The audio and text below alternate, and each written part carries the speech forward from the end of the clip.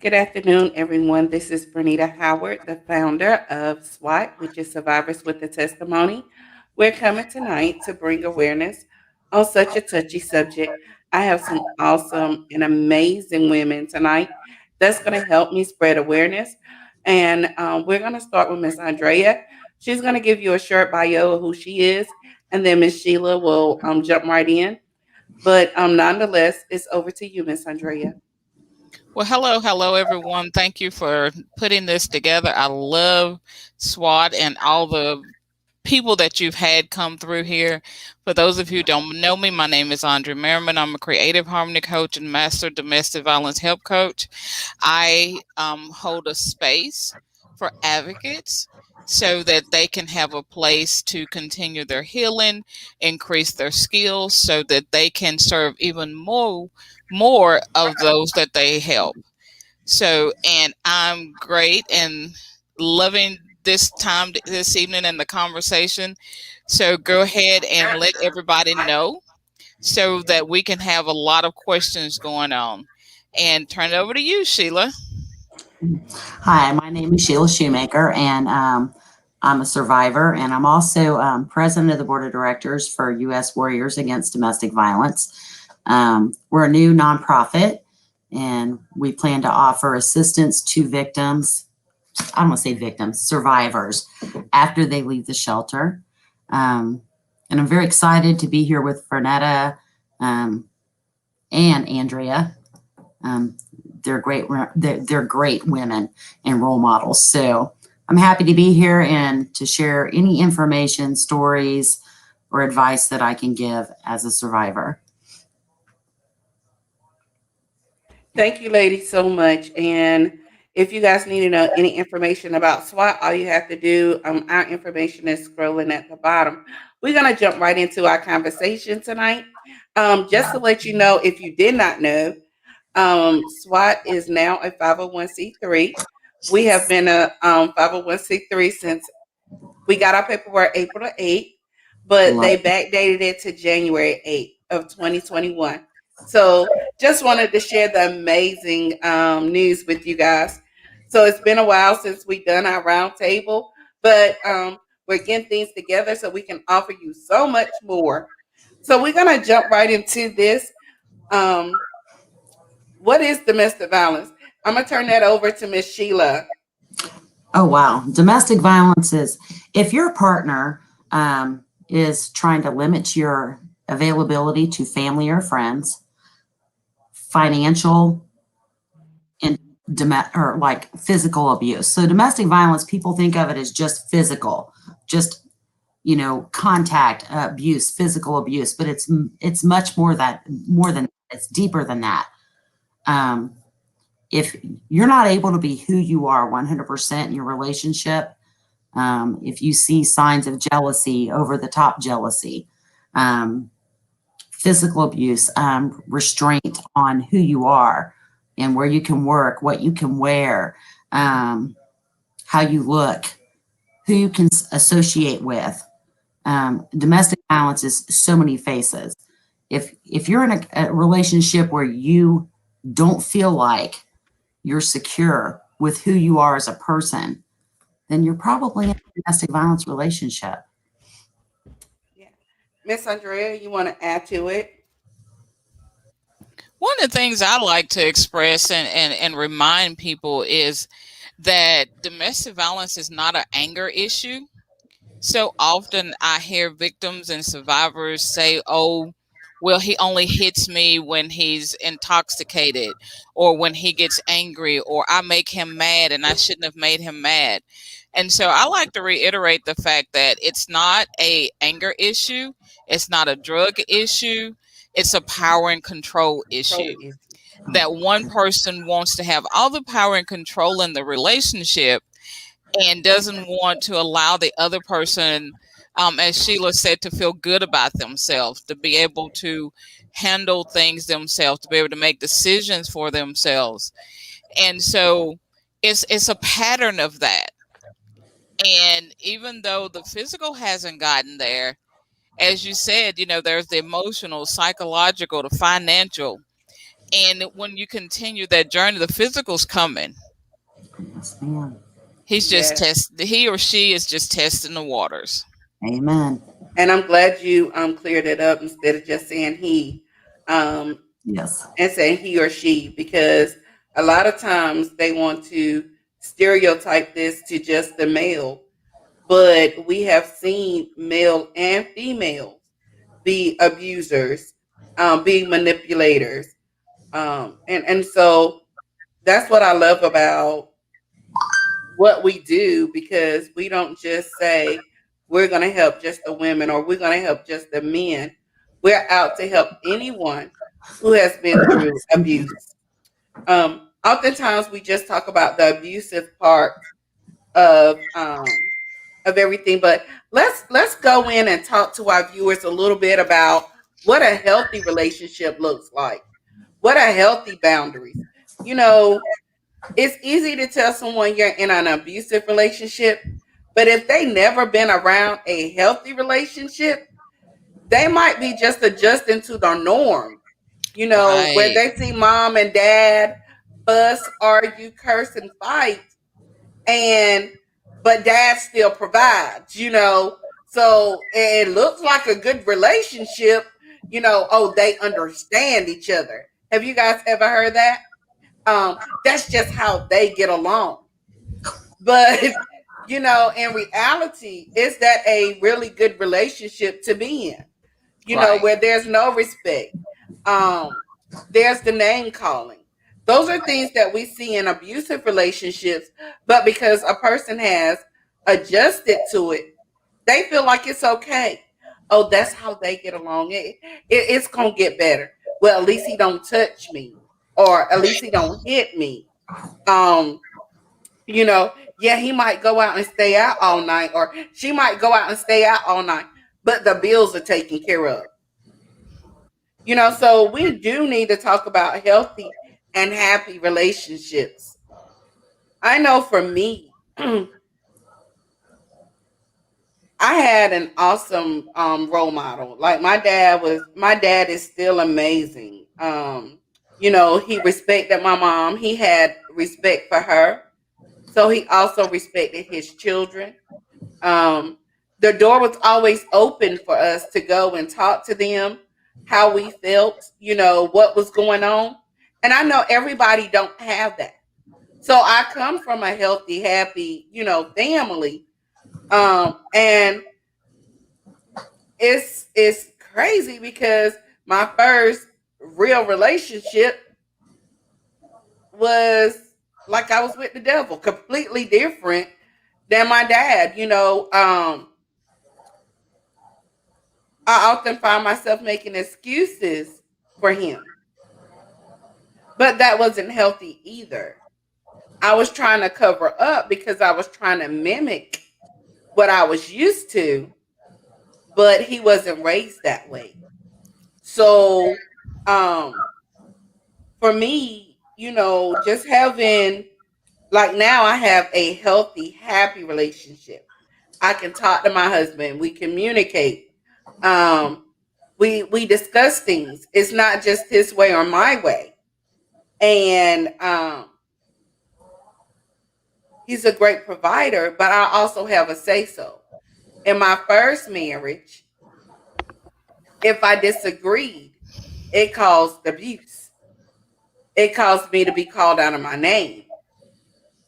It caused dysfunction in the home. Um, but yet he was a great provider. So, ladies, do you want to elaborate and help me to discuss like a healthy and happy relationship? Either one of you. Well, I was just wondering, and you said that you grew up, because I often say that, I to me it was harder to understand abusive relationships because I didn't grow up in it. Do you think that because you had a healthy role model, that when you went into your relationship, you thought if you did all the things that you saw them do, that would make him do right? I did. Um, we never, if my parents disagreed, we never seen it, you know? Right. That was something they done, I guess, behind closed doors. Because I do know my mom was very spoiled. So, and she was very vocal, but she never disrespected my dad in front of Right. us, you know? So whether she agreed with him or not, we didn't know. When they came to the forefront, they was in agreement. A unit. They was, you know, unified. Um, so I did find myself a lot like, once the abuse started, I had quiet down. Like, so if I seen that he was getting enraged or, you know, it was getting intense, I would just back down and just, oh, okay, whatever. But that wasn't healthy. I know that if I voiced my opinion, it was gonna explode. And, you know, he will argue in front of the children. I never seen that. So that was like something different. You know, I'm like, wait, you know, Yeah. Yeah. hold up.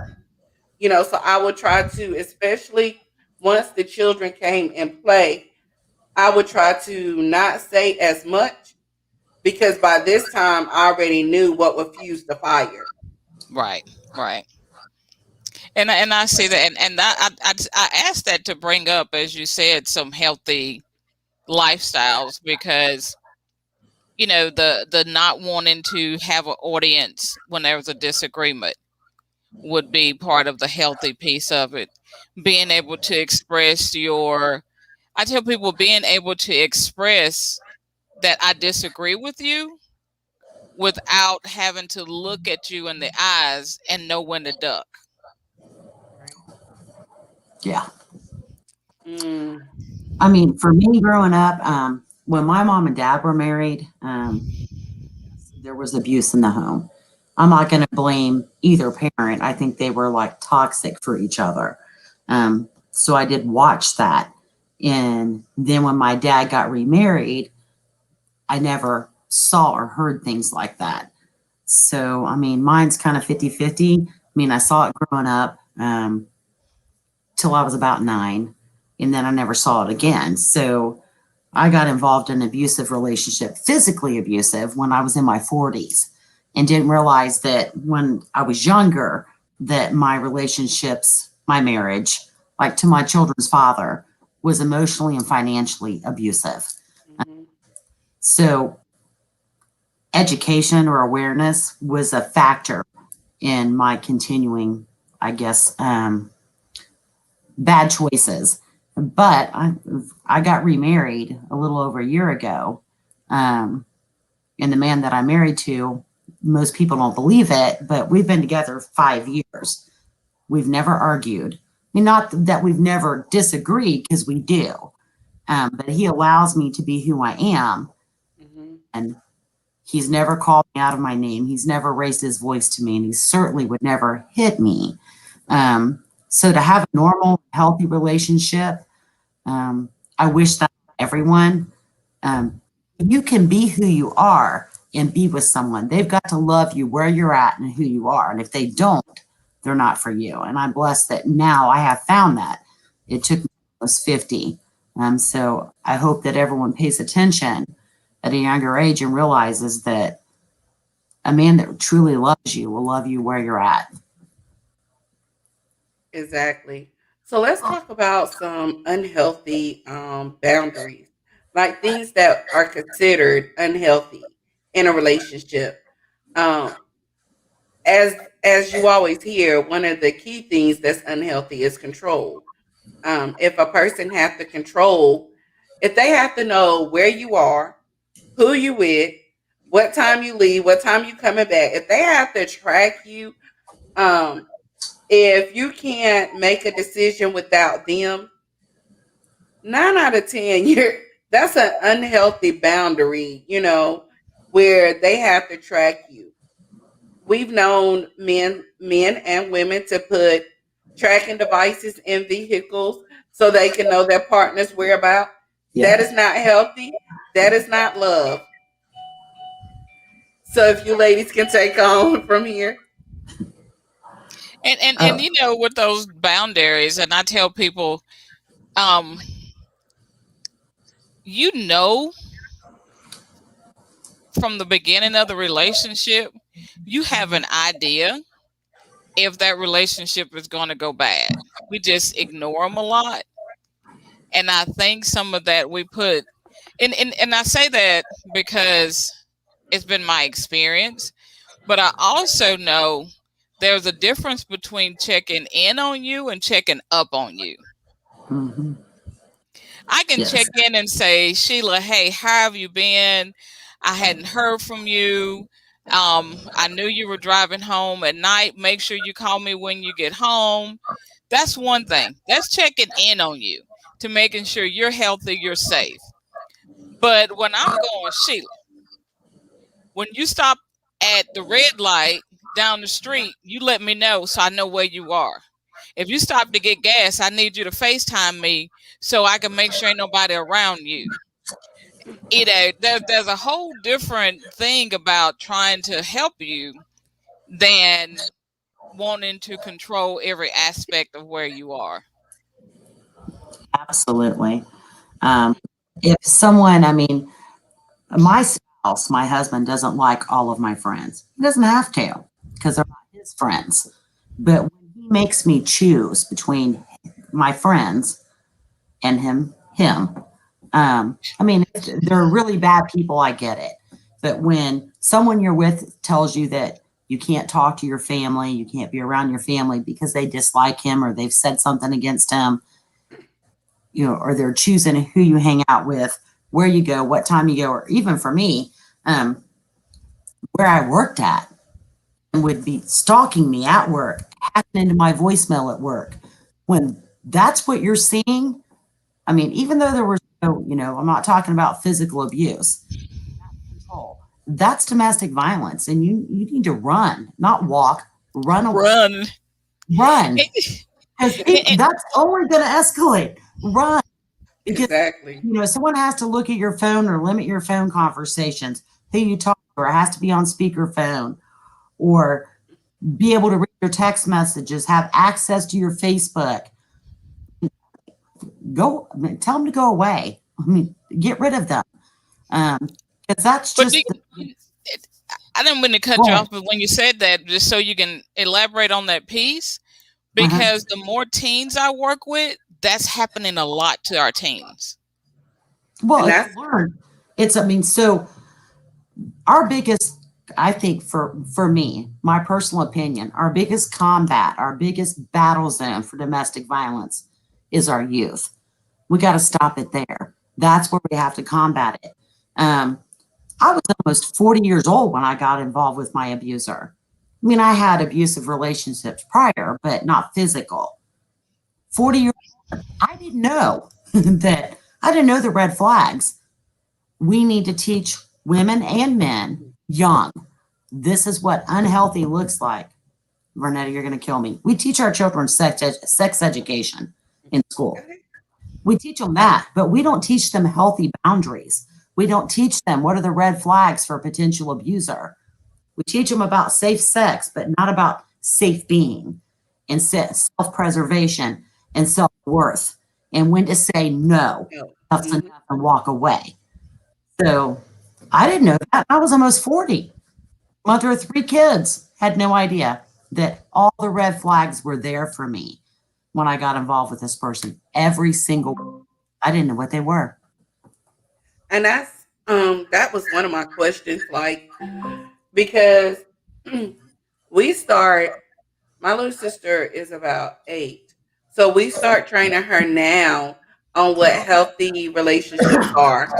Um, you know, even my nieces and nephews, we talk to them, because if we don't, um, the streets are going to talk to them, and they're not going to use the proper language that we want them to know.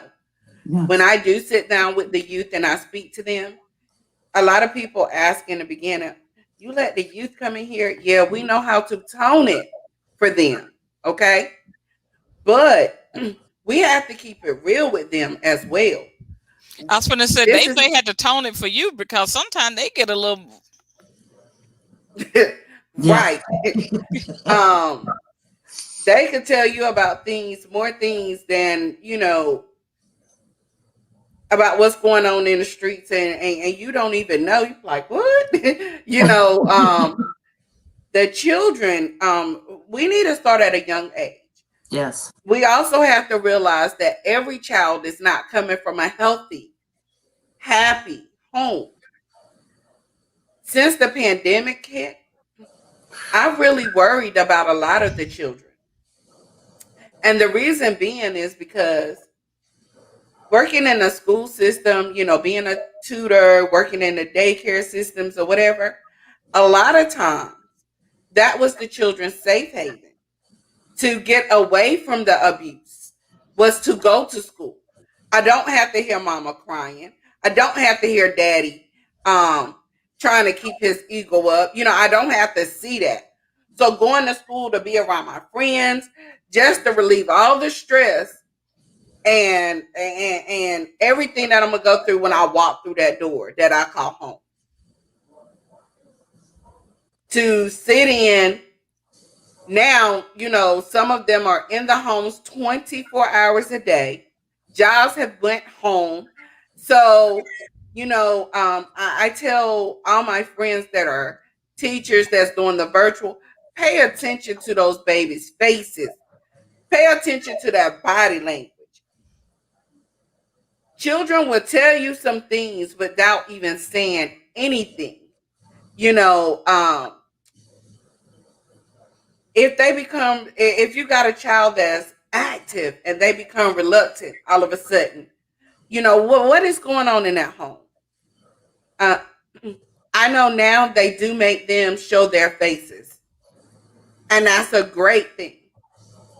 Because before, when they were able to come on and not show their faces, you don't know what was going on with that baby. But I said that to say this: it's time, as community workers, community helpers, teachers, whatever, it's time to make sure that our youth are educated. Yes. It's sad that we have to start training them at a young age about abuse, but let's be real. They have Teen Dating Balance Month for a reason, because statistics were showing that our teens were going through abuse. But I can promise you, it didn't just start when they turned 13. Nope. It started at a younger age. So we have to teach them about intensity. We have to teach them about control. We have to teach them about anger issues. We have to teach them all of this. And another sad thing is they're prone to it anyway, because now they have what we didn't have growing up. We didn't have the internet where you can connect with everybody across the world. Yeah. Baby, we had to write a letter and pray that mama and daddy went and got you a stamp, gave you an envelope, and sent it off. Okay. Now they have everything at the touch of their hand. All they have to do is pick up their phones, their tablets, and if you look at those children that are 2 or 3, they could use a tablet and a phone better than some of us. Amen. Right. I mean, I just be amazed when I watch my 1-year-old grandchildren go straight to YouTube so they can watch Cocomelon. But I'm like, oh my gosh, how do they do that? My daughter said, Mom, they know how to get the Cocomelon. So if they know how at 1,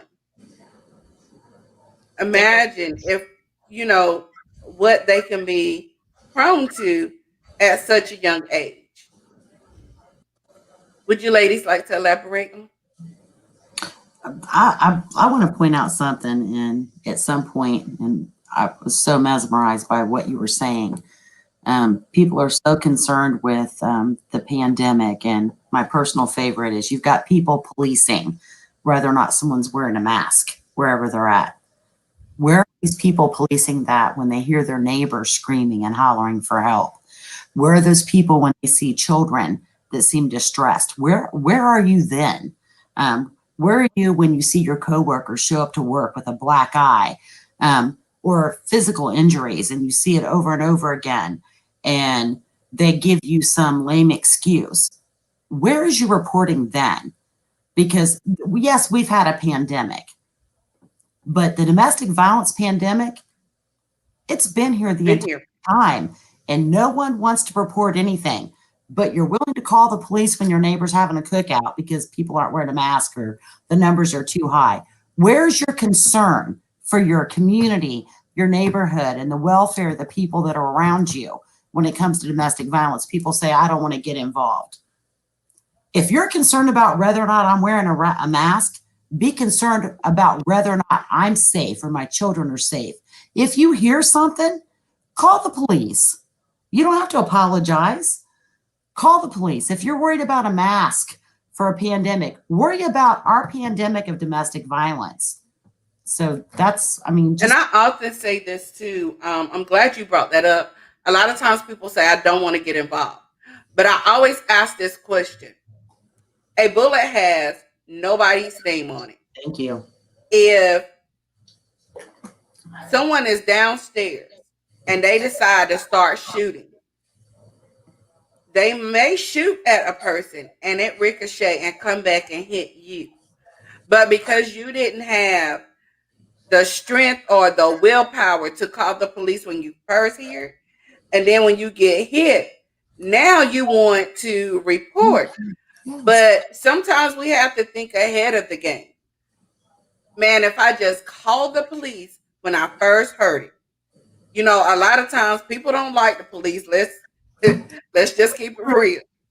They don't like the police. So the first thing, oh, everything is all right. Everything is all right. But it's going to let them know, look, we need to tone this down because somebody here, if he go to the door and he had bruises or she go to the door and have bruises, that is where the police will actually take action. So stop feeling like you a snitch. No, you are possibly saving your own life. Just because you're not in that residence at that time does not mean that you won't be the one hurt. I mean, you see videos of a car flipping over in a canal and everybody jumping in to save the people out of the car. People need to think of it the same way. You call the police, you're potentially saving a life. It is your business. It's your civic duty. I mean, if you hear man, woman, child screaming out for help, I mean, they tell you if you're being raped, don't yell rape, yell fire. That's a sad statistic for our country. Help should be enough, but people don't want to be involved until it's in their backyard. So I can tell you that 1 in 2.85 women in the U.S., 20 women are victims, 20 people every minute in the U.S. are victims of domestic violence. It's your business. Children that are raised in a home of domestic violence are 3 to 4 times more likely to be an abuser or a victim. It's our business.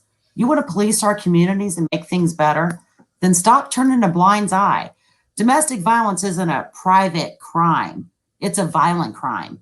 So, I mean, would you walk past someone getting raped and not call the police? Or walk past an elderly person being beat down and not call the police? Yeah, you might not hop in to save them, but you would call 911. It's the same thing. Domestic violence is it's not a private matter. It's a violent crime. Call the police. I mean, you can do it anonymously. Just don't sit back and listen to it. You might save a life. That makes you a hero. Call 911. Makes you a hero, not a bad person, not a snitch. And and somebody, I always hear people, grown and youth, no, stitches, snitches get stitches. I said you can only get stitches if you're breathing. Thank you. Amen. So I would rather to see you in stitches And than in a living. casket. Yes, ma'am. Exactly. And Exactly. so you need to think. People need to think about that. It's up to us in our communities to give people a space and stand in that gap for them, because there's somebody who I just had a conversation yesterday with someone who has a good girlfriend who is dealing with abuse, but she doesn't think that he means it when he said he's going to kill her. He don't mean that. He's just upset because we broke up and now I have another boyfriend. He'll get over it. How many times have you heard that right before? And I was looking at an article, and I usually don't talk about articles because I like to give that family space. But I saw an article where it said that someone had been calling the police for 6 months talking about stalking. They actually charged her with excessive calling the police, Imagine and that. he came in and killed her. Mm.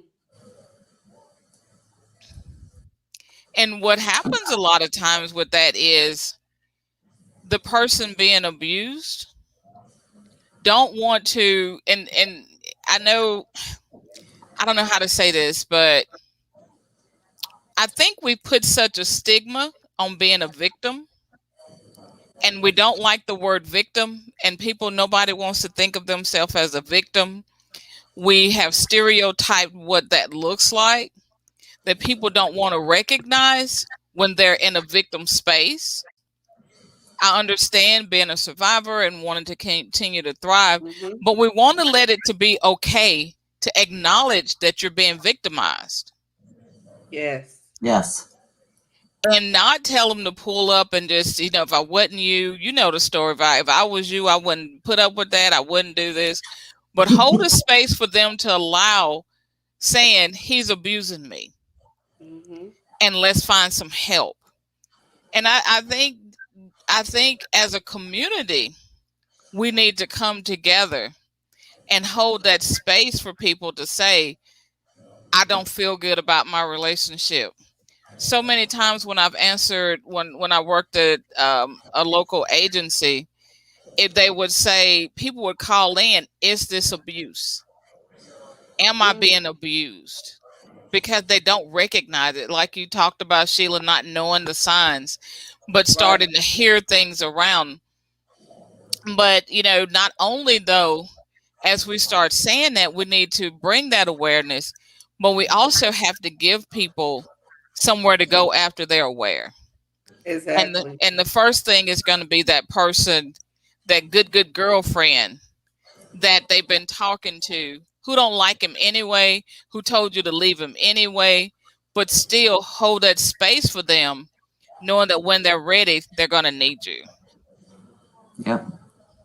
And a lot of times, as a survivor, I can say that when I was being victimized, I was ashamed.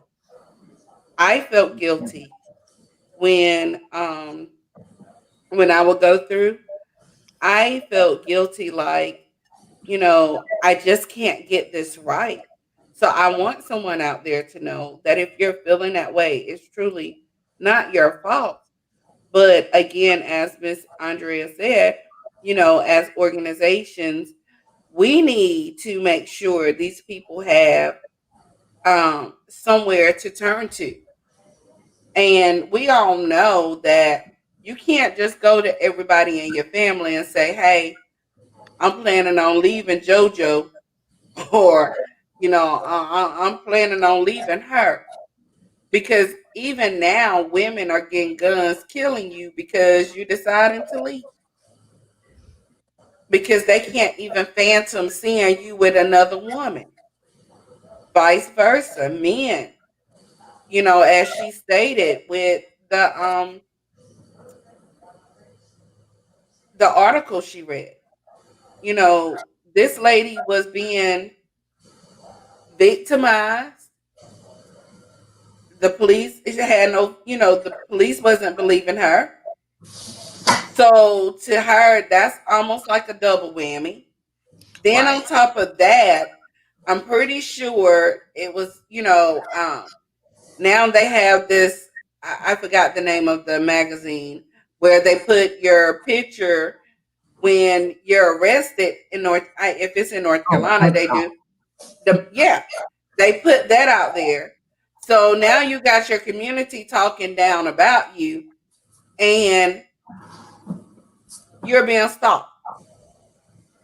He's Right. tracking you. You're everywhere about, and boom. Now we have a person who has become a part of statistics because nobody believed her. Right. well, I mean, so I have to say sometimes, and I'm not putting the police down, but in my case, and Vernette and I have talked, I mean, I called for help. I don't know how many times. I had a sheriff stand on my front porch and I was beaten to a pulp and said, he didn't see my husband at the time, do that to me. What did I expect him to do? Oh, I don't know, your job? I mean, they left me there. They did nothing. End result, a few weeks later, I was almost beaten to death. So I get it that the police sometimes get desensitized. They see victims, go back to the abuser. But our laws are set up in a way that someone gets arrested for domestic violence, being a man or a woman, they have a low bond and they're out within 24 to 48 hours. And our domestic violence shelters, local in our community, you send a victim there. So they're now the prisoner. They can't go to Walmart to pick up what they need. They can't go to the dollar store to get what they need because fearful that someone that knows their abuser will see them or they'll into the abuser who was in and out of jail. And a protective order, fabulous. But protective order doesn't protect someone, which we had a case in my county here in Indiana within the last month. She got a protective order and her husband walked up the house, kicked the door in, shot and killed her, and then shot and killed himself. Judges, if you have enough litigators, judges, state representatives, everybody listen. If there's enough evidence to issue a protective order, issue a warrant for their arrest and hold them long enough for that victim to get their ducks in a row to protect themselves and protect their children. If there's enough evidence to say he's dangerous or she's dangerous and we need to issue this protective order, issue something that's stronger than that because that piece of paper is great, but it doesn't. But it's not bulletproof. No, it's not bulletproof and it doesn't help them when they show up at their front. We have to do more to protect victims. This is a violent crime. I mean, you charge someone with rape or attempted murder, you wouldn't let them out of jail the next day and allow them to have access to weapons and everything. I mean, no. But domestic violence, people look at that crime like, well, if she would have made a better choice, or if she hadn't have done, how about we stop blaming the victim and say this guy, the perpetrator has something wrong with them and they're a danger to not just the victim of the crime, but society as a whole. Mass shooters, most of them have either a history of domestic violence or were raised up in a house of domestic violence. Mm-hmm. So it is everybody's responsibility to protect these people.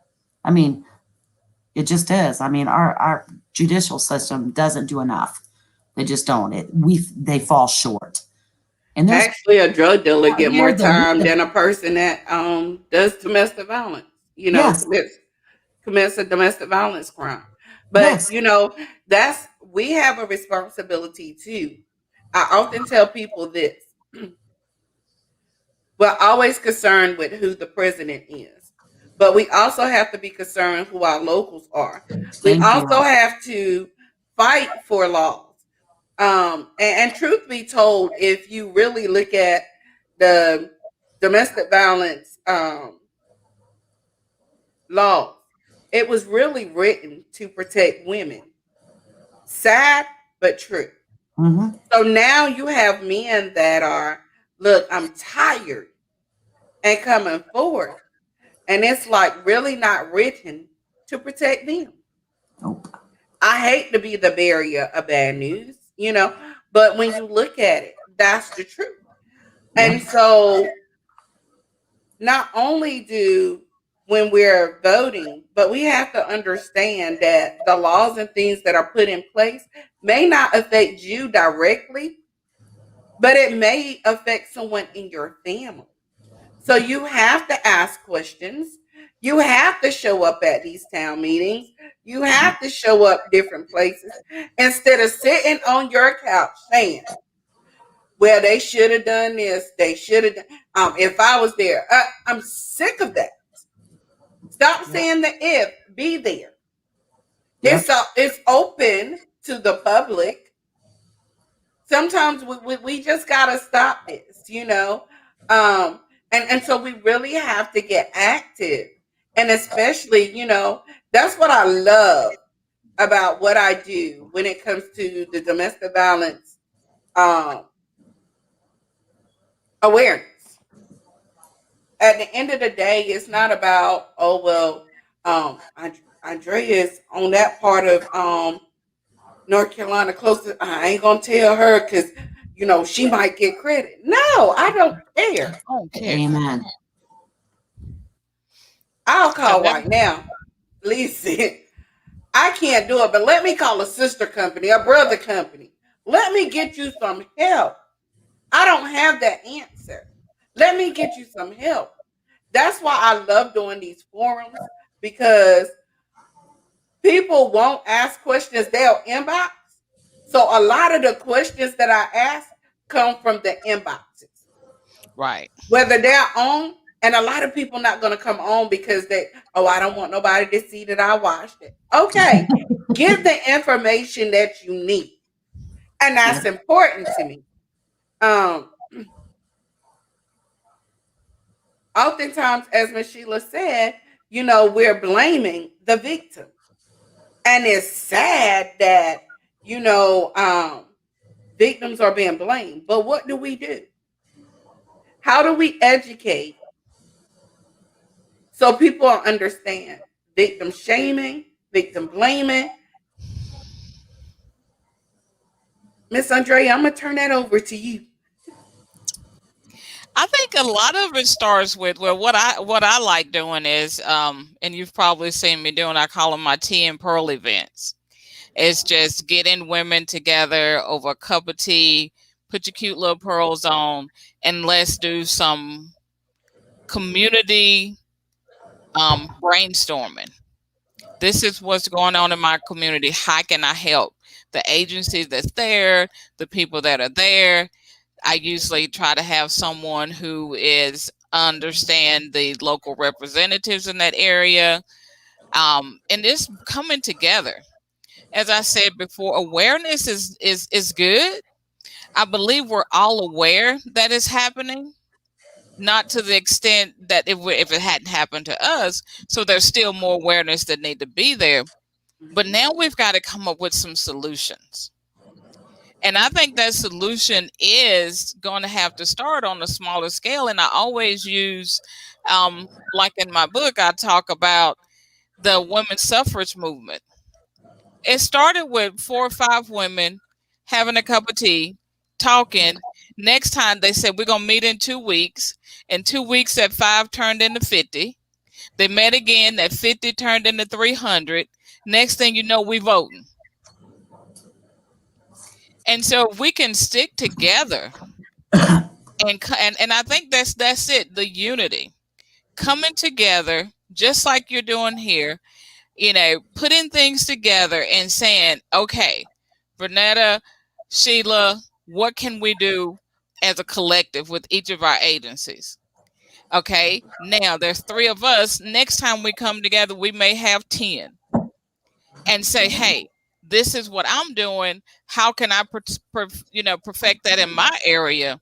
And as you said, there's been plenty of times, and I know you've probably been in some of those chats where somebody's trying to move somebody. I need to get her out of North Carolina. I need to get her moved. Who's got $2 to put on this train ticket? Who's got a space? Who's got a shelter in their area? And so that's how I think that is going to be part of it is to just the community coming together saying enough is enough. We're going to deal with the real pandemic that's killing our communities and then coming up with some solutions. I agree. And I think we need to get angry at our lawmakers that, I mean, there's enough domestic violence survivors, men and women, across the U.S. that, I mean, we're powerful. We have a collective voice. And too much it falls short because, like Vernetta said, we've got agencies wanting to take credit for this or take credit for that. How about we all band together? I mean, we have the numbers to make a difference. We need to get loud. We need to be proud. Stop hiding. Yes, we're victims, but we're also survivors. And really make a difference. Stop sitting back in your community and watch things go on. Demand that your local lawmakers, your state lawmakers, and then your federal take this seriously. I mean, people think that it's a crime that happens in the trailer park. That's how people look at it. That's not the truth. I mean, I've got friends that are doctors, people, I mean, they've got master's degrees, all walks of life. Domestic violence doesn't discriminate at all. It's the one crime that truly has no financial prerequisites, ethnic, it's across the board. It doesn't discriminate. I don't care who you are, how educated you think you are. If you're not educated about domestic violence, you could land in that position. And it's easy to say that you'll leave after the first hit. I said that. I used to watch it on like talk shows all the time and said the first time he puts their hands on me, I'm out the door. That didn't happen when I was in that position because I love this man or love that man. It's non-discriminatory and it's rampant. As many people as we lost to COVID, and as many people that are infected with COVID in the last year, just as many victims in the US, and the children are right behind them. They've grown up. That's why it keeps growing. We've not stopped the cycle. It's a community issue. We need to get involved and make our lawmakers take it seriously. It's not just a female crime anymore. Too often they want to blame rape on whether or not what a woman wore or whether or not she was in a bad place at a bad time. Stop blaming, and let's just fix this. The way to fix it is teaching healthy relationships when children are young and stiffer sentences and more resources for the victims of the crimes. You're not just saving the victim, you're saving their children. And those children are the innocent people in all of this. So it needs to be taken seriously. We got to make our lawmakers take it more seriously. You know, and I think another thing that we would be, or I feel that I would be, I need to say is we need to teach our children from their youth up, but we also need to recognize as a parent when we need to go fix ourselves. Yep. Because we can teach the children all day long, and I think Vernetta talked about that some, but when they go back home to a war zone, Yeah. they're still living and learning those things. If you can take the parents and have them get help to learn to teach their children from a place of healing, learn to teach their children, I was here, but now I'm here. Because, and I say that is, when I wanted to start, all I wanted to do was work with teens. I wanted to work with teens. I was going to help the teens. But as I was working on my mission, I was instructed by the God that I serve, who said that I need to work with the mothers and the parents, because the mothers are the nurturers and they can't teach something they don't know. How can I teach something I don't know? So Hey, until the mother starts healing and deal with the crisis she was in and deal with where she was, and the father, with even if he was in a childhood place, if they don't work with what they have dealt with, the cycle that they've been through, then they can't teach healthy to the child. true. And that's why with our organization, one of our things is to educate the men, because as you said, the God I serve, the man should be the head of the household. And so if he's educated and he's trickling it down to his family, you know, um, when we were setting our mission as well, and I was like, God, I just want to protect women. I've been through this, it was a man who caused this to happen to me.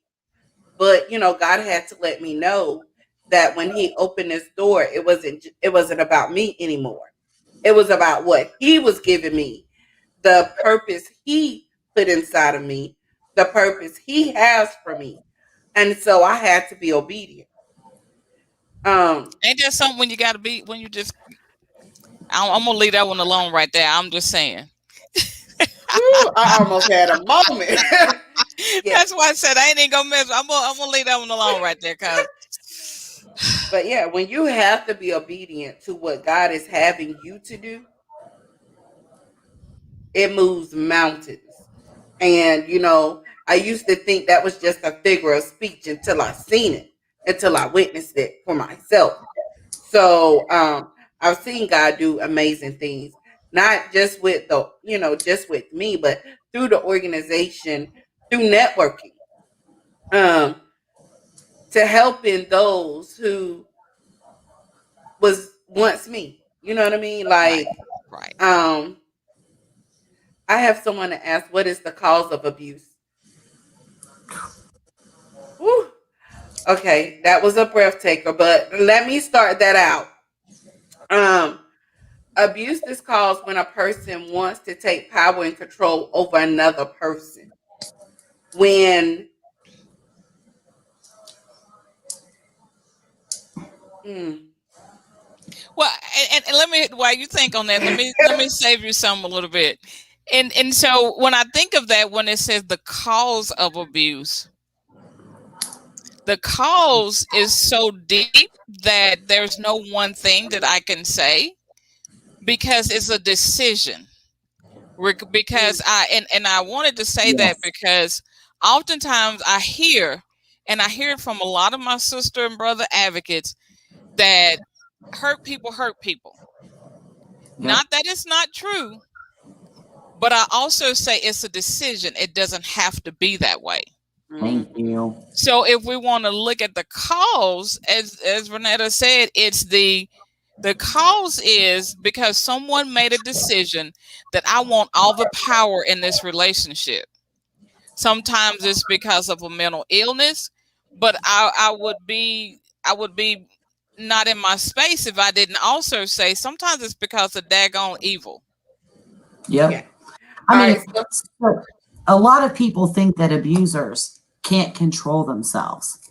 My ex-husband controlled himself just fine in public. Everybody thought he was a saint. So yes, he had childhood trauma. So did I. But he made a choice to do what he did behind closed doors. So if Vernetta had spoke to him in a ill manner in public, he would have never even thought about punching her in the face, or Andrea. He would never have thought about doing that. But if I so much as breathed wrong, there was nothing to stop him behind closed doors, to doing evil and physically abusive things to me. But he could control himself in public. So he made a choice to do what he did. Yes, he had childhood trauma. So did I. But I don't take out my childhood trauma on people that I care about. So I think that most abusers are truly narcissists. And to answer that question, Yes, I think it is a choice. I mean, they have a choice. I mean, they can control themselves out in public if they get angry. Most, not all, but most of them can control themselves in public. So if they can do that, then they can control themselves with someone they say they love. And I use air quotes because if you love someone, you don't put your hands on them. That's my definition or my answer to Norman's question. I hope that helped. Is it true most don't change? This is my answer to that. A person will not change unless they want to change. Yep. You cannot change a person. And a lot of times as women, I'm going to speak on a woman's behalf. We are nurturers. We feel that we can fix other people. Yes. We can't fix anybody. If they don't want to change, Yep. now this is you're gonna get almost southern now. If they don't want to change, they will not change. The only way that I can see a person changing, and this is going to be on the spiritual end. The good Lord comes in and changes them. Yep. So, but it's also work that they done because they wanted the change. Yes. That's my view on it, ladies. You I can think elaborate. I think anybody can change if they truly want to. I mean, there's help available. I mean, I think there's some abusers that definitely are their narcissistic personality. It's a brain dysfunction. But I think if someone truly wants to change, just like I believe someone that's addicted to drugs can change their whole being, but it takes deep work. I don't believe they can do it without the God, without the Father. I don't think that's possible. But I mean, unless they want to change, it's not going to happen. I mean, if I want to lose weight, if I really put the effort in, I mean, I can lose some weight. If I don't want to lose the weight, or I just share that, hey, I got this double chin going on, get rid of it. But if I don't put in the work to lose that double chin, it's still going to be there. I can tell Burnett and Andrea all day I want to get rid of this double chin, but I'll put the work in. I mean, really dig down deep and change my eating habits and my being. Then nothing about my outward appearance is going to change either. Same thing with your inward balance. I mean, if you want to change who you are, you have to put in the work. You just can't wake up one day and go, okay, I'm done being an abuser. I've just changed my mind. It doesn't work that way. But yet it happens all the time in words. Oh, yeah. I mean, by words, yeah. I was on a diet and then I blew it by 8:30. So it's oftentimes that abusers or manipulators to say, "You made me do it." Oh, yeah. I'm sorry, but you made me do it. Yeah. Not taking responsibility. I said this morning I was going to be on a diet by 8:30. I blew it. Not Bernetta blew it for me. Not my husband went to Burger King and bought me this, breakfast sandwich that, and he made me eat it. No, he bought it, set it in front of me, and I picked it up and I ate it. I mean, so it's my choice. So, I mean, everybody has a choice to make. You have a choice to be who you are, and you have a choice to change who you are, but you have to put in the work to do it. Exactly, Norman. They will. Yes. Norman said they also denied their behavior and blame you. They Absolutely. do. And that's part of a manipulator's I call it their traits. Nothing's never their fault. It's always somebody else's fault. So if you're around someone that's constantly blaming somebody for all their failures, those are some of the warning signs like, hey, I need to pay attention to this person. Sometimes people know how to play on your emotions, meaning every time they talk to you, somebody has always done something to them. They feel this way, they feel that way. Pay attention. Sometimes those are warning signs to say, look, you a nice person, but this ain't the relationship for me. Again, warning signs be there, but we often overlook. I feel Okay, Norma said, I feel if one has a personality disorder, their behavior is entrenched and influenced, and it influenced their behavior. But True. ultimately, it's a choice. True. Very true. So, Miss Sheila, this is going to be a question for you. Okay. Um, as you stated before, domestic violence doesn't care about your social status, your wealth, your health, nor Nope. your religion. Nope. What do you say to someone who is going through, and maybe they don't think that they're going through abuse because it's not physical, but it could be financial, it could be spiritual? What do you say to them? That if you have, I mean, if you're going through like spiritual or financial abuse, people think that, to me, emotional abuse, which is what spiritual and financial abuse is, that's the worst kind of abuse. My broken bones healed. So if someone makes you feel less than who you are, or if you feel like you have to change who you are to be with someone, number one, it's a bad choice. Always be who you are. Don't ever apologize for being you, and don't change who you are to fit someone else. If you have to do that to be with someone, then they're not the person for you. You love, I mean, as a parent, as a mom and a grandmother, I love my children and grandchildren for who they are, where they're at. They don't have to be the CEO of a big financial corporation for me to be proud of them. I don't care if I don't care if it's going to probably cause some conflict. I don't care if my children are gay, straight. I don't care if they're atheist. I don't care if they're Catholic. I love them for who they are. They're my children. Same thing with my grandchildren. I don't care if my children, no matter what they do, I'm going to love them. Doesn't mean I'm always going to approve of their behavior. Mm-hmm. Stroke their back or stroke their head and say, good job, you robbed a bank. But I'm going to love them for who they are. If someone doesn't love you for who you are, the person that they met, then they're not the person for you. If someone wants to take all control of your finances so that you're left penniless and you have to ask your husband, can I have $2 to get a soda? Then there's a problem. You have to be free to be who you are, free to be financially secure. Doesn't mean that you can't put your finances in with someone to help pay bills. I do that with my husband now. We split bills. I'm kind of funny about money, but be who you are. If someone's trying to take anything away from you as your person, and you voice to them, hey, I don't like this, I'm not comfortable with this, and they're not willing to compromise or meet you halfway, then they're trying to take control of your being, your space, and don't allow it. I mean, it's not worth it. I mean, in the end, it's just not worth it.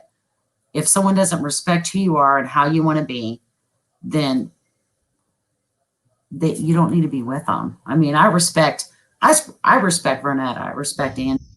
I'm not going to tell them, in order for me to be on this broadcast tonight, Vernetta, you have to do A, B, C, D, and E to suit me. Doesn't work that way. Not if someone cares about you. You just keep your boundaries, draw a line in the sand, and don't let anyone cross them. Those are your boundaries, financially, emotionally, physically, or otherwise. Keep your boundaries. People that love you will respect your boundaries. Exactly. Miss Andrea, I know you work with plenty of youth, and so a lot of times people are asked the question, how long does it take before a person start their healing process? Um, could you possibly elaborate on that? I think that healing process starts when you make the decision to leave. When you determine that loving yourself is important, loving yourself to the point of safety is important, the healing process is starting. There's Exactly. more that needs to be done with it. There's a space to where you have to, because once you make a decision to leave, that's when the work starts. That's when you start doubting your thoughts. But the healing process has started. But also, once you get out and determine to stay out, you have to start saying that you forgive yourself. Forgive yourself for being in the relationship, for whatever you think you need to forgive yourself for. And then start healing yourself and working toward the healthy space that you need to be in. All right. So Norman asked the question. He said, "Do they usually have loads of victims before you?" Um. It's usually a pattern. Yeah. It's a pattern. And I wanted to say that with that pattern, it's usually subtle. When you start, and one of the key things I always tell people, when you first meet somebody and you're having, y'all, I want y'all to think back. What's that old song? Think back, way back. Your very first time. You know the story. Yeah. But that conversation where you sitting on the phone, yeah, no, and you're talking and talking, and they're listening and listening. You're talking and talking there, and then you start feeling some kind of way. And I always like to identify that. So let's identify. You start feeling giddy. You start feeling loved. You start feeling like they care for you because they listen to you. If you'll think back, you start saying, oh, well, they listened and they care and they understood me. We have some of the things in common. What we don't realize is that they're in that space so that they can remember everything about you, to regurgitate it back to you, so that so it can seem like that you're in the same space. And so when you start thinking about that and it gets so slow, they've done that over and over again, and they probably have perfected it by the time they got to you. They've been manipulating their mom and dad before they even had a relationship. And I tell people, I can guarantee you, if you are in an abusive relationship, whether you're the perpetrator or the victim, definitely if you're the victim, you have somebody in your non-intimate partner relationship that's doing the same thing to you. Hmm. I agree 100%. Um.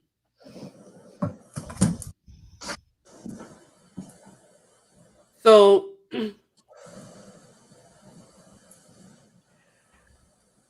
I want to ask you, ladies, well, we've talked a lot about what we can do in our communities, um, and what we should be doing in our communities.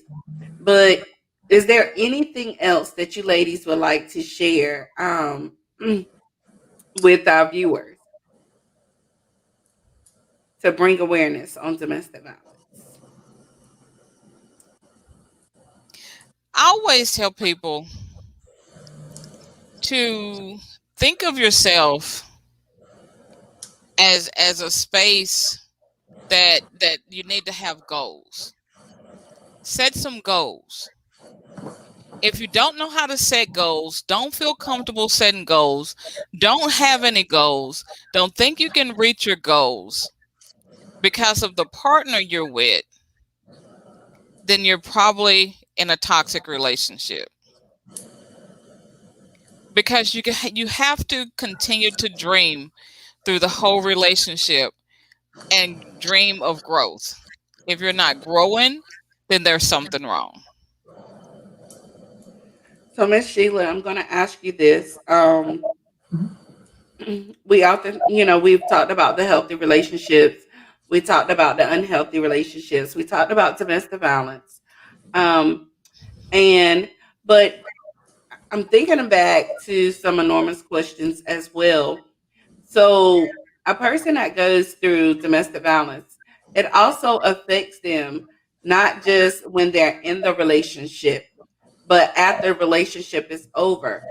Yeah. And Miss Andrea, we can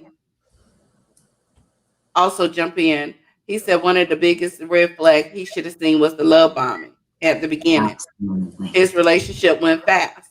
And so not only we're gonna talk about some of that too, Norman, but right now I want them to talk about like the effects that domestic violence have on those who have survived.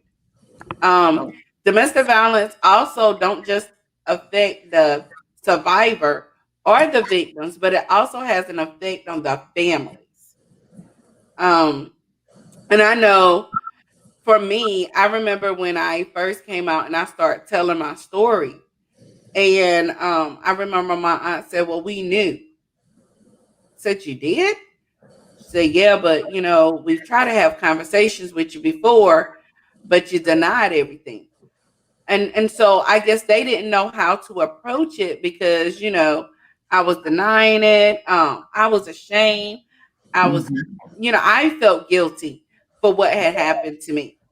Um, I knew I wasn't raised that way, but I look at the effects that it had on my life. And the reason I said that it has effects on others, because I also look at the effect that it had on my children.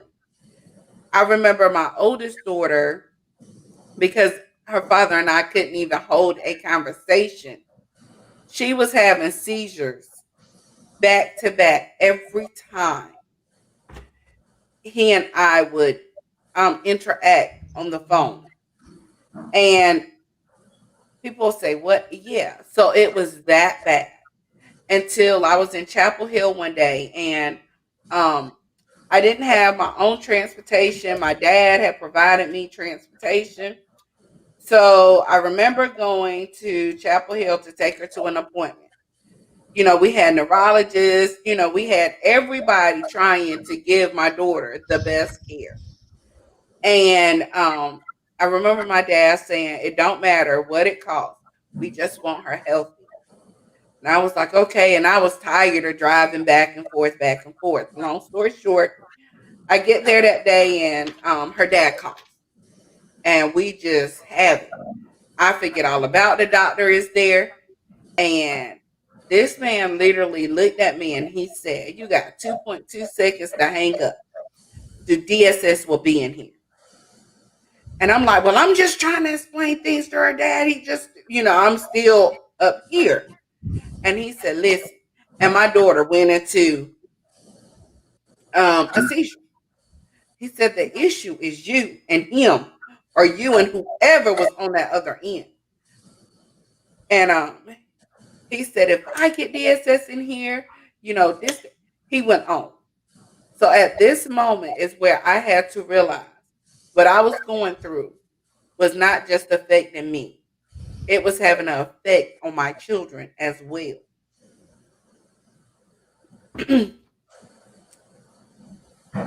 From that day on, I had to make a decision. Like having a conversation with him, was that important? Or do I do it behind closed doors, as my parents did? And that was the biggest eye opener for me.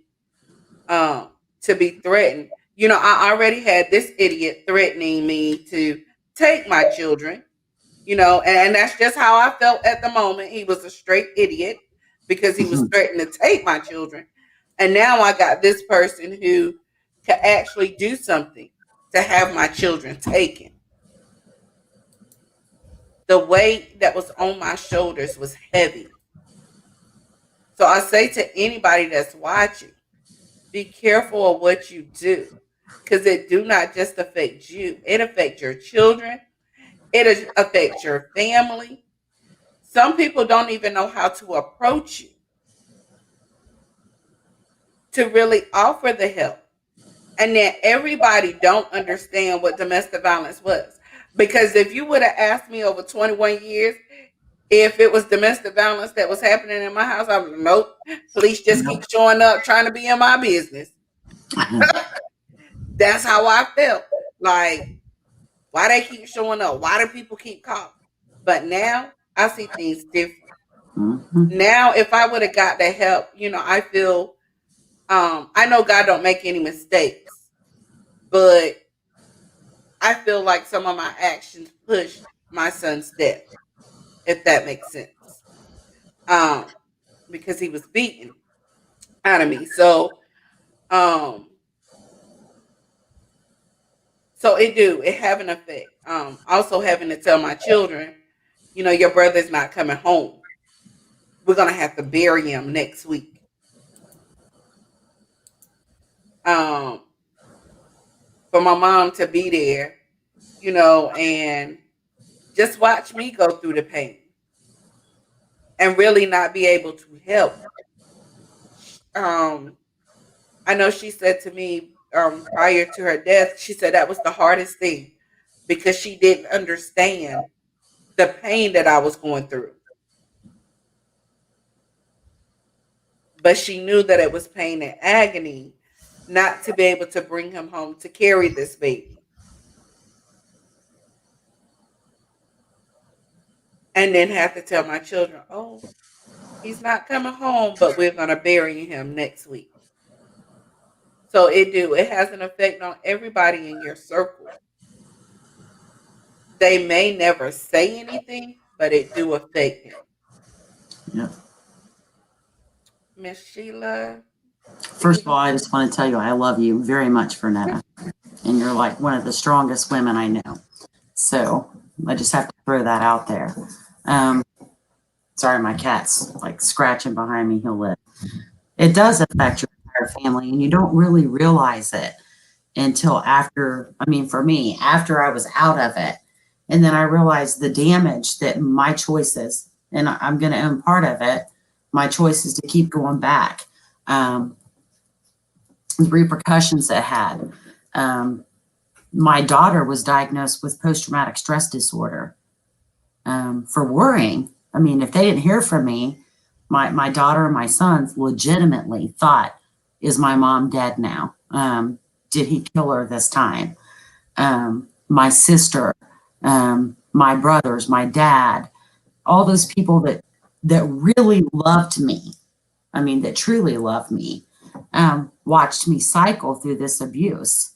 And I can't imagine how traumatic it was for them because it affected them deeply. My daughter's eased up a little bit. She's the biggest one to where she would have to call me 4 and 5 times a day after I was away from him.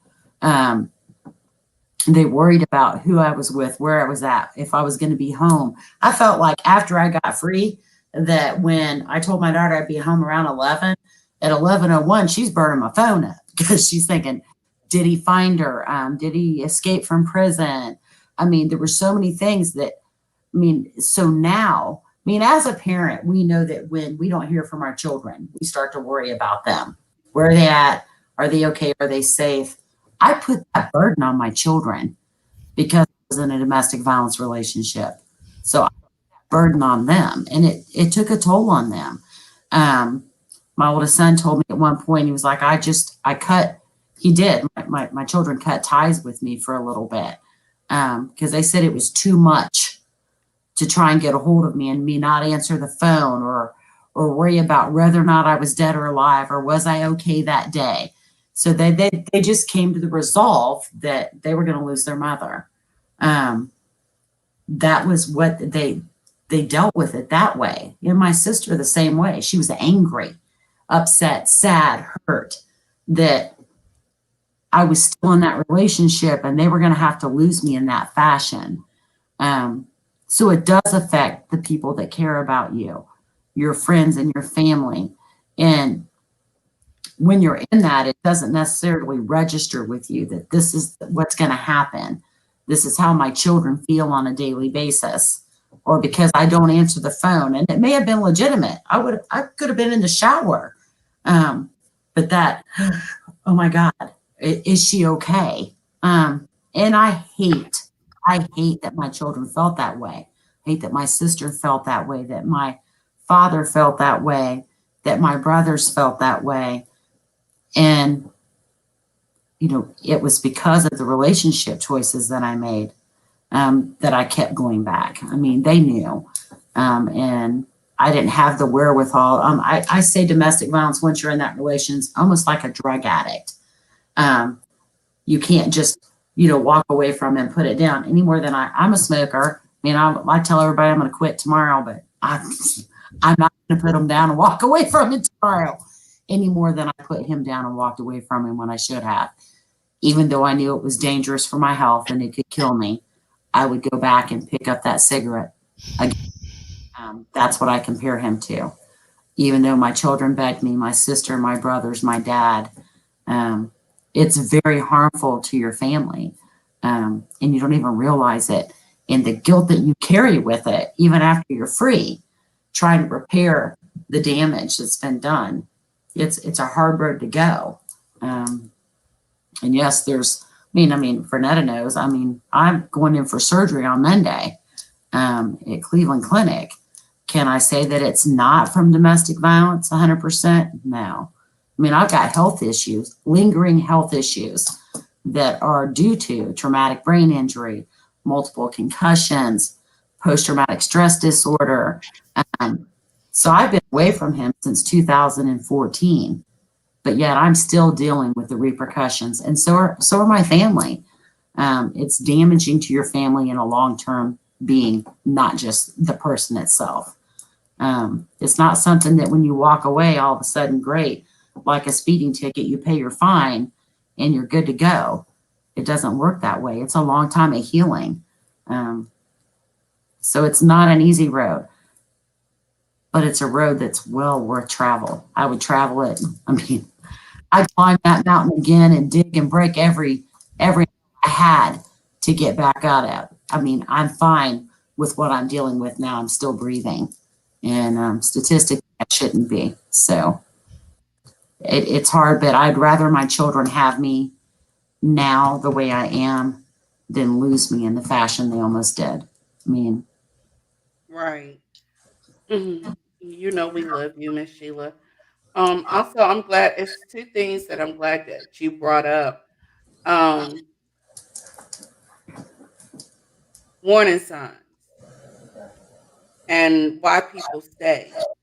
Um, Oftentimes, I remember telling my story for the first time, and I told it in a church. I seen everybody saying, "I want to stay." Mm-mm. And you say you're in the church. See, that's a whole nother conversation. Yeah. Mm-mm. And so I remember just saying, I was that person. Yep. I didn't think that I would stay. I would have been the person to give you advice growing up. Oh, he hit you, hit him back. Fight. That was me growing up, But when a person takes over your mind, they control you. It's amazing the things that they can do to you. And so I'm sitting and I'm telling my story and I'm emotional, because I'm finally coming out after 21 years, and then I got them sitting back. Listen, I always make this clear, and I got to sit up to say this. I wish that every woman or every man that I help, every child that I help, that I could tell them, once you leave, baby, it's done. You good. But I can't. Nope. Sometimes leaving is when they lose their life. Yep. Stalking, cyber stalking. See, back in the days, we just dealt with the stalking. They'll show up where you were. But now with all this technology, the cyber stalking on the internet, you may look up and they know where you are at any given time. So I wish that I could tell somebody, oh, let's go get this piece of paper, which is your protection order, get you out of there and you done. But it's not that easy. People stay for different reasons. And a lot of times they already lost trust in a person that say that they love them. So it's hard to trust somebody on the outside because you don't know if they're going to go back and tell somebody and say, y'all know the saying, I'm gonna tell you something, girl. I'm gonna Mhm. tell you something, homie, but don't tell nobody. Yep. Then that person tell their close friend, I'm gonna tell you something, but don't tell nobody. And next thing you know, it's back to the abuser, and that person's whole life is put in danger. Oh, so Yep. you plan on leaving me? Because you told Trish, I don't even know who Trish is. But Right. Trish got the information from this person, and honestly, by the time it gets back to the abuser, it's all twisted. Why they was leaving, when they was leaving, but now that person sleeping with one eye open, one eye closed, guarding the doors, whatever, because now they know that that person may leave. And so I'll say to anybody that's watching tonight, if you know someone in an abusive relationship and they truly want to leave, be that listening ear and not that running mouth, because you can run your mouth and cause them to lose their life. People stay for various reasons. Some people stay for finances. Is it right? No. Some people stay because they know that if they leave, they're going to lose their life. Yep. They have a better chance staying and not losing their life than leaving and losing their life. Um, it's various reasons why people stay. Yep. What really And amazes me is the ones who call them stupid. They're not stupid.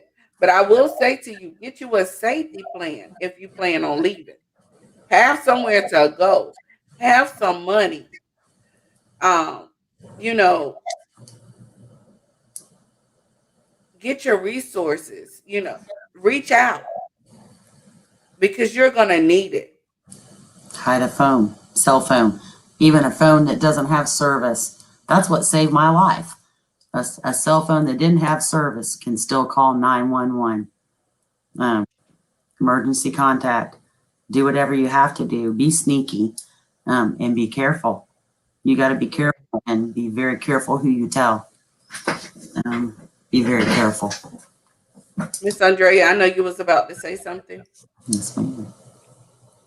well, I don't remember what it was. I was going. It was somewhere around the leaving, because that's the most volatile, the most dangerous time, Mhm. and you need to believe all the threats that he's put out, that they'll happen.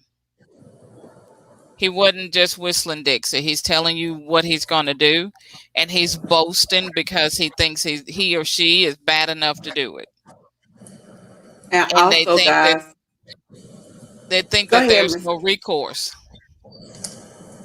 And I also want to state this to anyone who plans on leaving their abuser. If there are children involved, make sure you know the laws before you just take off with those babies. Plenty of times, I have people say, well, hey, my family is in Philadelphia. I'm here in North Carolina.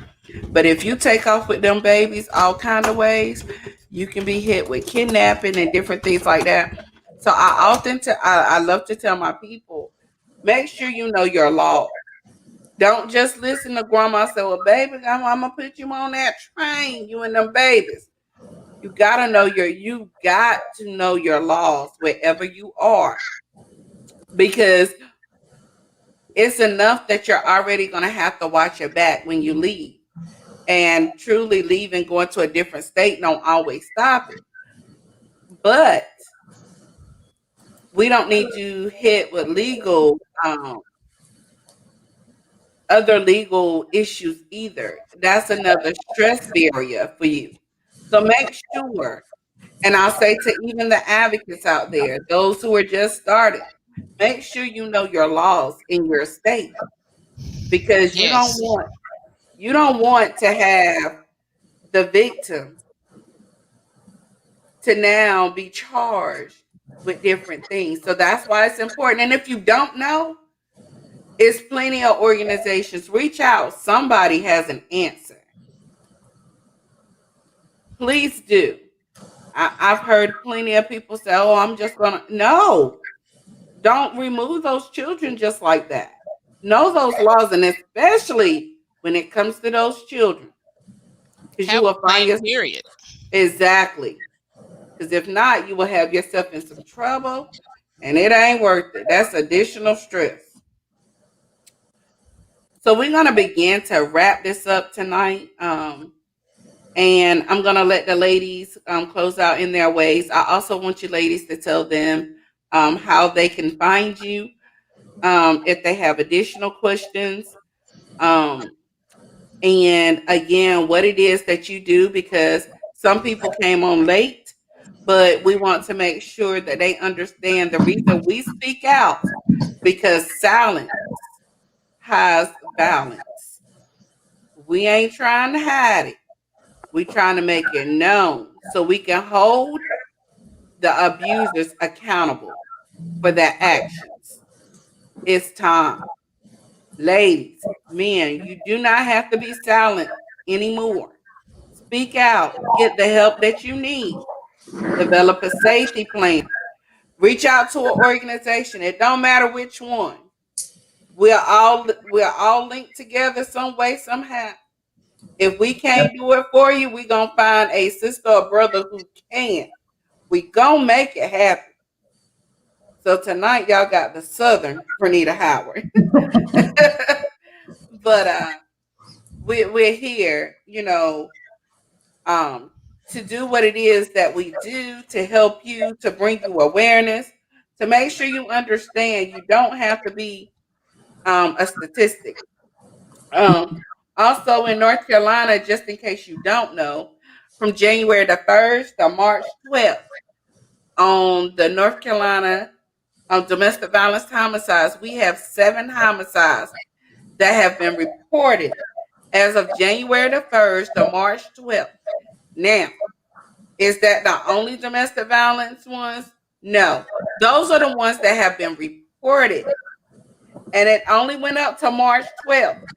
So we have the rest of March, April, and May that has to be reported.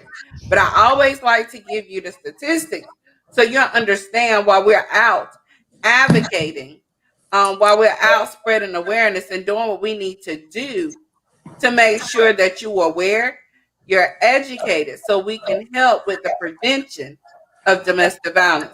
Miss Andrea. And so, if you don't mind, I wanted to run through just a couple more of the safety tips that they can do to start planning. If you feel that you may be in a toxic relationship, go ahead and get ready. Just start planning so when you're ready, you can go. One of the things Sheila already mentioned, get a cell phone, get your little burner phone.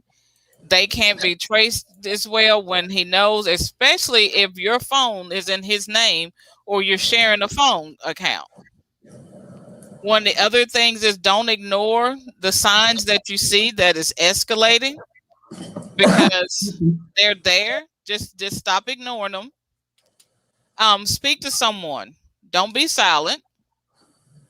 And speak to someone who knows more than you. Reach out to an agency, reach out to someone who has numbers. Keep a list of numbers.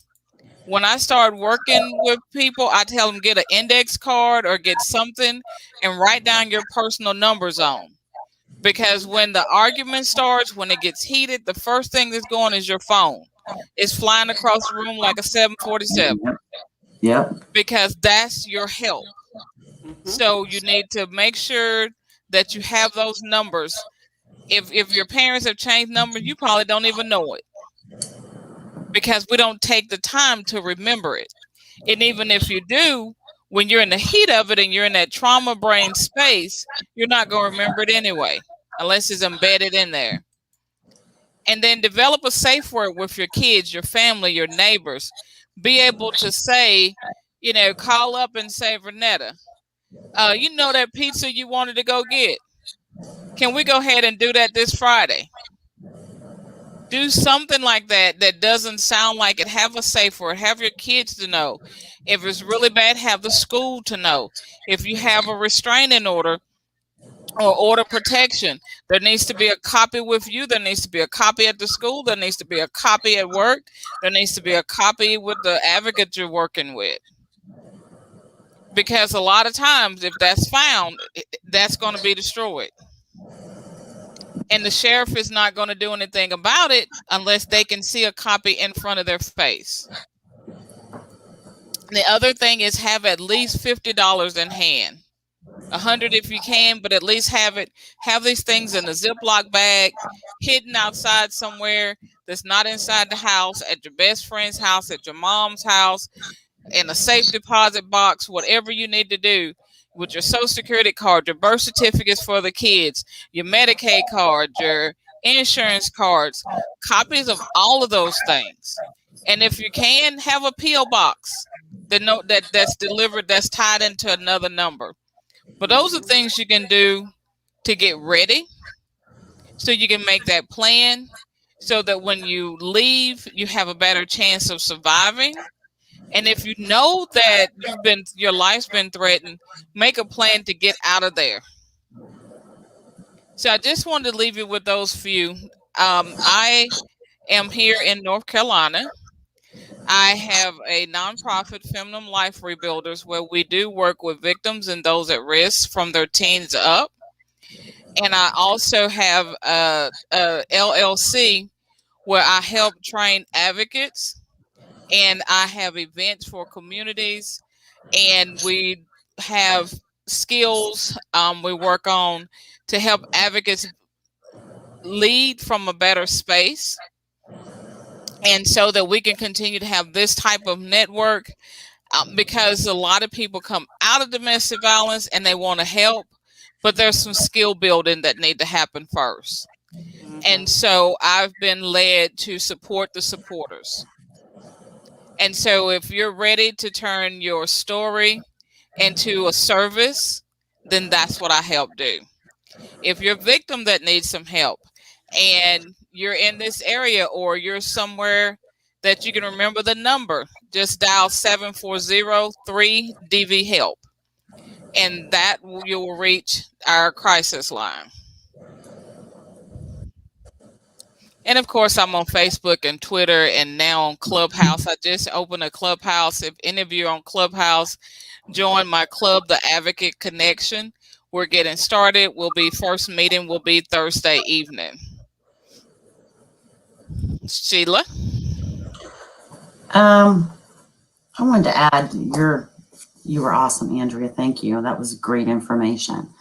I want to add, a lot of times people get hung up, or victims get hung up on possessions. What can I take with me? Nothing that you have in the house that you're in is more important than your life. Possessions can be rebuilt. I left with nothing. Little by little, I got things back. Don't get hung up too much on your clothes that you have. I mean, take what you can, but it's sad. Sometimes we have to leave behind things that have sentimental value, but they mean nothing if you're not here. So definitely just take the minimum.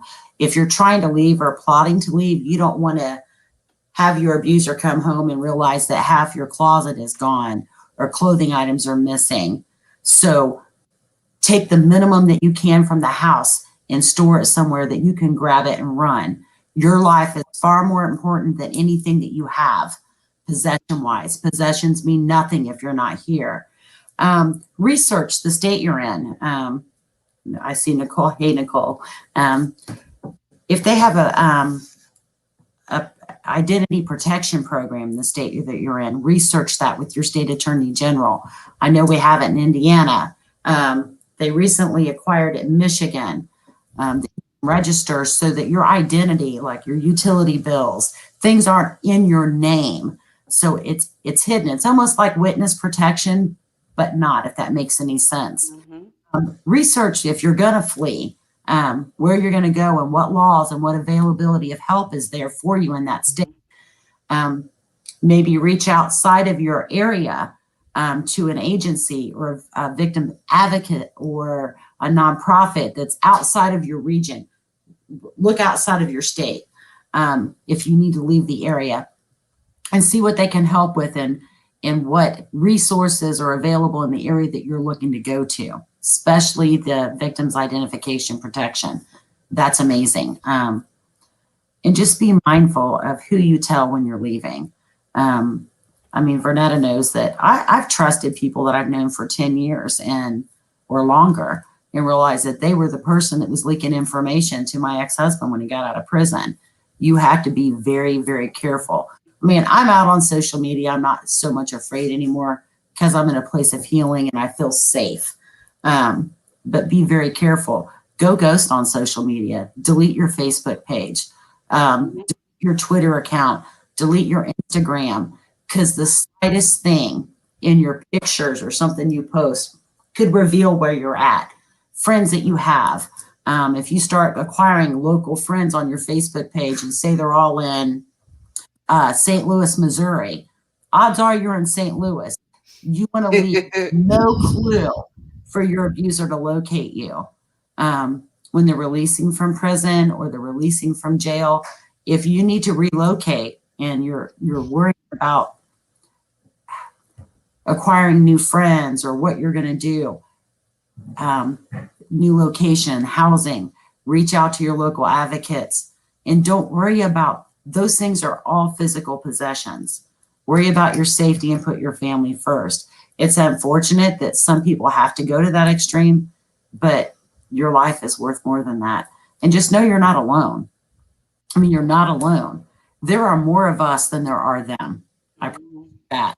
And if you reach out and network with your other survivor or brothers, sisters in arms, you have got an army behind you. And most of us, I'd say almost all of us, would not hesitate at all to help someone.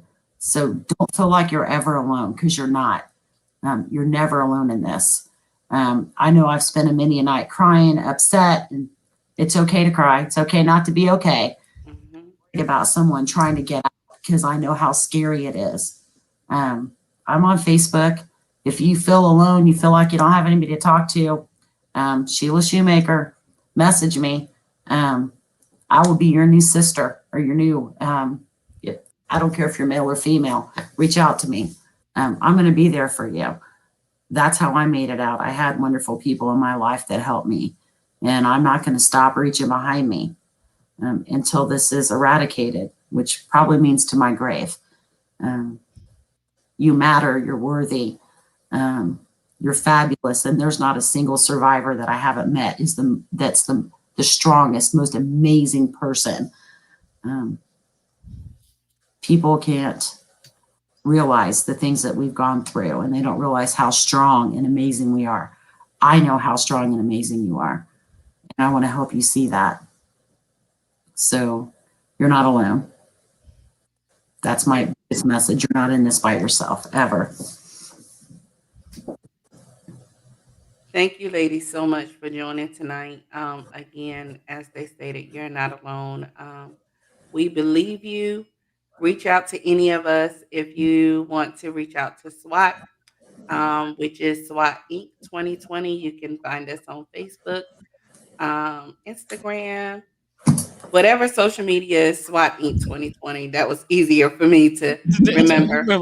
I also want to reiterate something Ms. Sheila said, and I know a lot of children and a lot of people have Snapchat. Snapchat takes Yes. a person directly to your location. Yep. So that is definitely one social media site that if you need to isolate away from, definitely you Yep. cannot turn your location off. I don't know if they done something new, but that is one that will lead us directly to where you are. So I want to, put that information out there. Um, that's not a safe net for you to reach out or whatever if you're in an abusive relationship, because they can definitely find you on that. Tonight has been more than amazing. I hope that we left you with information that will help you on your journey. I know each time that we do this, it helps me on my journey. If you want to hear more about my story, I will be on the Ella Johnson show on Thursday night at 8 p.m. And so my story will be aired, and you guys will get to see why I do what I do. But again, all of SWAT information is strolling on down, and strolling. Um, and I appreciate everyone who came on tonight. Those of you who have questions, you can reach out to any of us and we will get the answers to you. Um, but I want to say to you ladies, thank you, thank you, thank you. And to all the viewers, we appreciate you too. Watch, share, get this information out. Sharing it can help someone else and it could possibly save a life. So thank you again. You all have an awesome night. Love you, Miss Bye Veretta. bye. Bye.